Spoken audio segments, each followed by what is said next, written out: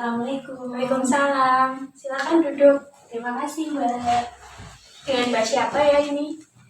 Saya Heni, Mbak, yang kemarin sudah menghubungi Mbak Zaujia via WhatsApp untuk melakukan sesi konseling hari ini. Oh iya Mbak Yeni, gimana kabarnya hari ini? Alhamdulillah baik, Mbak. Hari ini ada proses belajar di kelas. Bagaimana? Apakah menyenangkan? Alhamdulillah cukup menyenangkan, Mbak. Apa Mbak Yeni sudah pernah melaksanakan konseling sebelumnya? Belum pernah, Mbak. Ini baru pertama kali saya melakukan sesi konseling. Baiklah, sebelumnya saya jelaskan terlebih dahulu apa itu konseling ya, agar Mbak Yeni bisa memahami.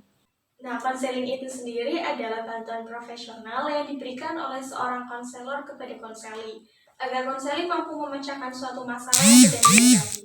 Konseling juga dilandasi oleh asas-asas seperti asas kerahasiaan, kesukarelaan, keahlian, kegiatan, kemandirian, dan masih banyak yang lain. Asas kerahasiaan itu dapat menjamin semua informasi atau masalah yang sedang dihadapi Mbak ini dapat dirahasiakan dan tidak akan bocor kemana-mana. Ataupun hanya saya dan Mbak Yeni yang mengetahuinya.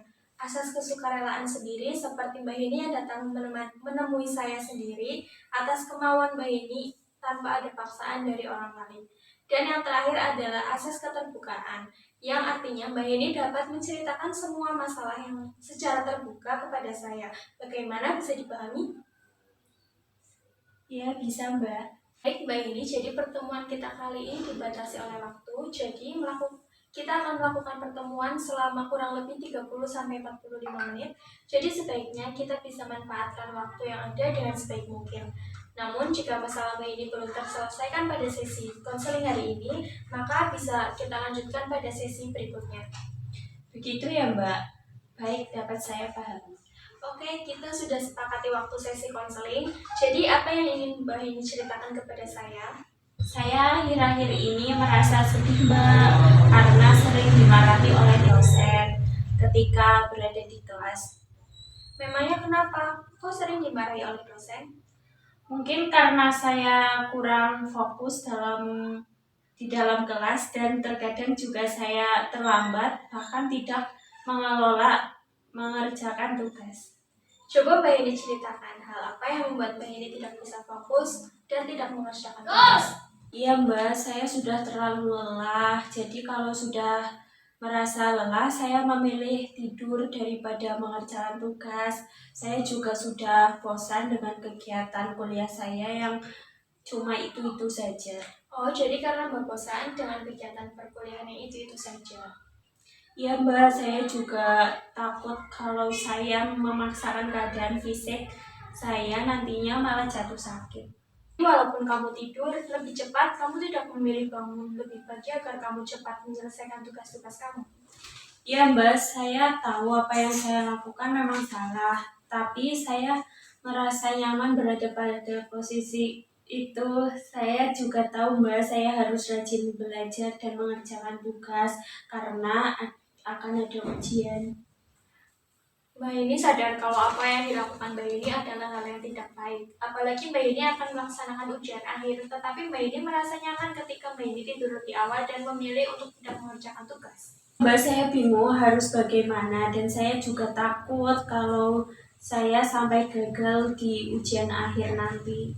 Lalu apa yang Mbak butuhkan sekarang? Mungkin saya butuh motivasi agar saya dapat berubah seperti dulu lagi, Mbak. Agar saya dapat fokus di kelas, rajin belajar, dan mau mengerjakan tugas seperti biasa. Kamu butuh motivasi agar kamu dapat berubah seperti dulu lagi. Ya, Mbak, saya sangat butuh motivasi. Ya, Mbak, memang. Nah, coba sekarang Mbak ini pikirkan apa yang membuat Mbak ini merasa senang dan merasa lebih nyaman, kecuali tidak fokus dan tidak mengerjakan tugas ya. Iya, Mbak, saya suka jalan-jalan, mendengarkan musik, menonton film, atau hunting makanan. Nah, itu bisa Mbak ini jadikan alasan untuk bisa mengisi waktu luang Mbak ini agar Mbak ini tidak merasa menjalani hidup dengan kegiatan yang itu-itu saja. Jadi, apa rencana Mbak ini untuk menghilangkan rasa bosan Mbak ini setelah ini? Mungkin setelah ini saya akan mengatur jadwal ulang belajar saya, Mbak. Dan saya akan jalan-jalan dan teman-teman atau keluarga saya minimal 2 kali sebulan. Saya juga akan lebih sering mendengarkan musik ketika saya sedang belajar dan mengerjakan tugas. Mungkin itu semua adalah langkah baik agar saya dapat fokus mendengarkan dosen di kelas. Bagus sekali, Mbak. Itu langkah yang tepat agar Mbak ini bisa berubah jadi lebih baik mulai dari sekarang. Tapi apa Mbak ini akan melakukannya dengan sungguh-sungguh? Tentu Mbak, saya akan berusaha semaksimal saya seperti dulu. Saya merasa lega sekali Mbak sudah berbagi cerita dengan Mbak Zaujia. Sekarang saya jadi lebih tahu apa yang harus saya lakukan. Kalau begitu saya pamit untuk ke kelas kembali ya Mbak.